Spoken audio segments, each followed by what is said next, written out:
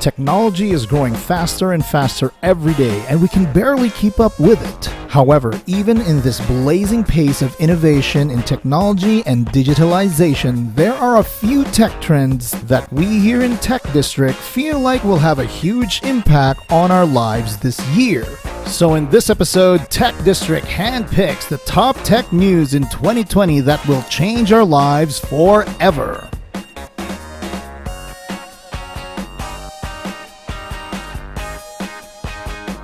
Before we begin, we try to put out content for you every day, so please show some love for our channel by liking the video, and don't forget to subscribe to stay up to date with the tech industry. Working at home is the dream. You get to stay in your comfort zone while making money and being with your family at all times. But not all jobs are like this, and office time is still important to many major companies today. But what if we told you that one major company plans to just let you work at home for as long as you want? Twitter has told its entire staff that they can work from home forever if they wish, as the company looks towards the future after the coronavirus pandemic.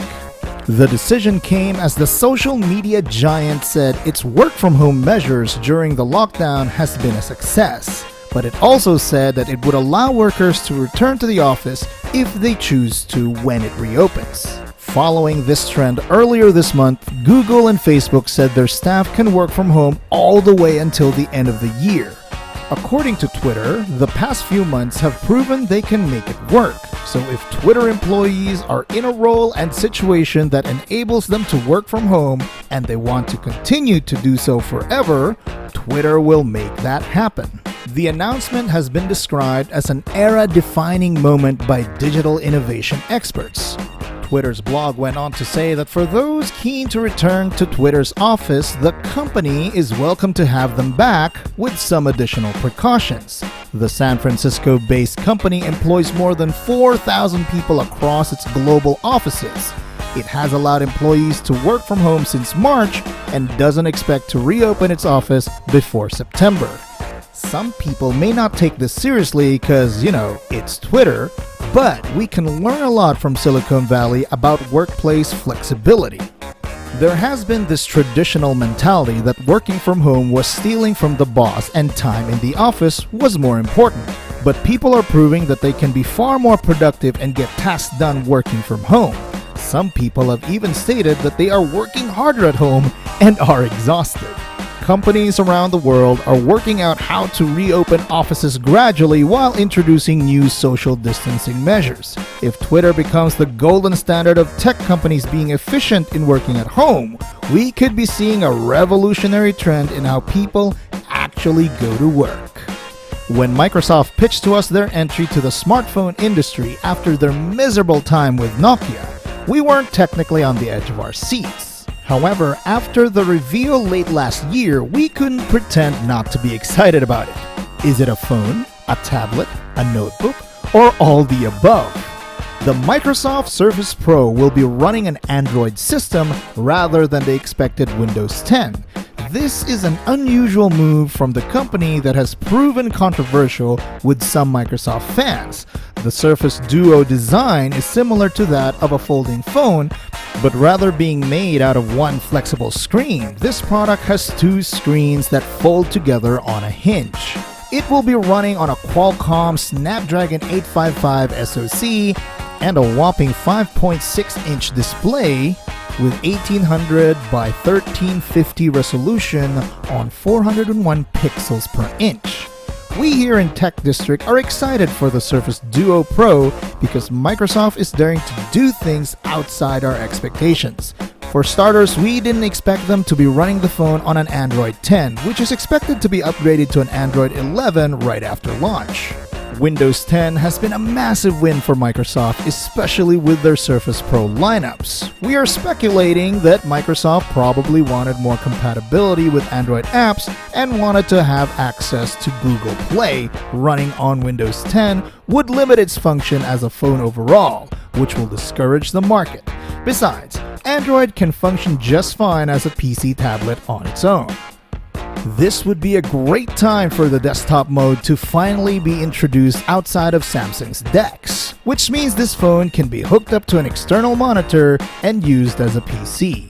In terms of specs, the Surface Duo Pro is nothing we're impressed about, but rather this kind of technology Microsoft is introducing is very exciting. Literally a dual-screen phone running on Android and is a Surface Pro. Is it a phone, a tablet, a laptop? Who cares? This is really life-changing. Movie streaming is a cutthroat business. We here in Tech District are aware of that. The competition is so fierce that we don't see much changing at all outside of Netflix dominating the market. But recently, HBO has been making moves that could shift that balance this year. And trust us, when we say these are some really bold moves, these are some really bold moves. HBO Max, the upcoming streaming service from Warner Media, is poised to take on the likes of Netflix, Amazon Prime, and Disney Plus later this month, including shows from Cartoon Network, CNN, DC Comics, HBO Originals, TNT, Crunchyrolls, and Sesame Workshop. That's over 10,000 hours of content that it's launching soon.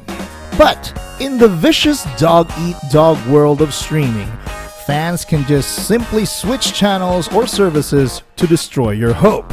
That's why HBO Max features serious scalps like The Big Bang Theory, Rick and Morty, and South Park. Not only that, but the iconic 90s sitcom Friends will be a subscription driver on its own, let alone a Friends reunion on the way. That's right, you heard me. New streaming service HBO Max paid top dollar to get the exclusive US streaming rights to the classic sitcom Friends. And after a lot of rumors, it's reportedly close to making a reunion show. Deadline reports that the entire cast has reached an agreement in principle to return to an hour-long special. This special will help launch the new streaming service, which arrives sometime in May or June. To add to this, HBO Max will release the much-discussed Snyder Cut of the 2015 movie Justice League in 2021. This will be Zack Snyder's director's cut of the film and represents a massive, major exclusive for the service. According to THR, this new version of the film could be almost 4 hours long and could cost an extra $20 to $30 million to finish. Apple devices will be supported at launch on iPhone, iPad, iPod Touch, Apple TV 4K, and Apple TV HD. HBO Max will also be available on the PlayStation 4 and Xbox, Samsung Smart TVs, and likely more to come. Tech District loves this incoming service from HBO. Clearly, they want a bigger piece of the pie when it comes to the streaming industry. Although much pricier than your regular services, HBO is daring to push the limit of exclusive content, and with a new Friends reunion on the way, we could see a shift in streaming power away from, dare we say, Netflix? Prior to the COVID-19 pandemic, mobile payment uptake was largely driven by convenience. While convenience is still important, the pandemic has put a spotlight on how safe mobile and online payment is, both from a data security and a public health perspective. When tightly integrated with a loyalty program, mobile and online payments help restaurants and retailers capture information about consumer buying habits and, consequently, develop closer digital relationships with customers. In fact, these contactless and loyalty go hand in hand. While still popular, cash is falling out of favor as more and more people use credit and debit for even small purchases under $10. And in today's pandemic, where cash can be a vehicle for virus transmission, people are even more reluctant to use it. The United States is still in the early adopter phase of mobile payment. In other parts of the world, particularly in Asia and Europe, mobile payments are more prevalent. This is partly because in the US, there are different payment platforms and processors running different systems. Researchers at the University of Illinois studied consumers in China, where mobile payment is more widespread than it is elsewhere in the world. They found that people who use mobile wallets make purchases at the rate of 23% higher than those who pay with physical cash or card. The reason is similar to why people spend more on credit cards than they use cash, because the money doesn't feel real. So similar to credit cards, since they cannot see the money, people tend to spend more. Many banks around the world are now developing their own apps to increase contactless payment convenience. QR codes are now the norm, and many retailers have gone to even memorize their bank account numbers to prompt pay and direct bank transfer. Even after the pandemic has ended, people now fully realize the advantages of contactless payment and expect mobile and online payment to become the norm worldwide. At least now, we'll never have to worry about loose change. And that's it for us here in Tech District. If you like the video, please hit that like button and don't forget to subscribe. Comment down below and tell us what your favorite tech news is. Will robots finally take the world? Let us know down in the comments, and we hope to see you again soon.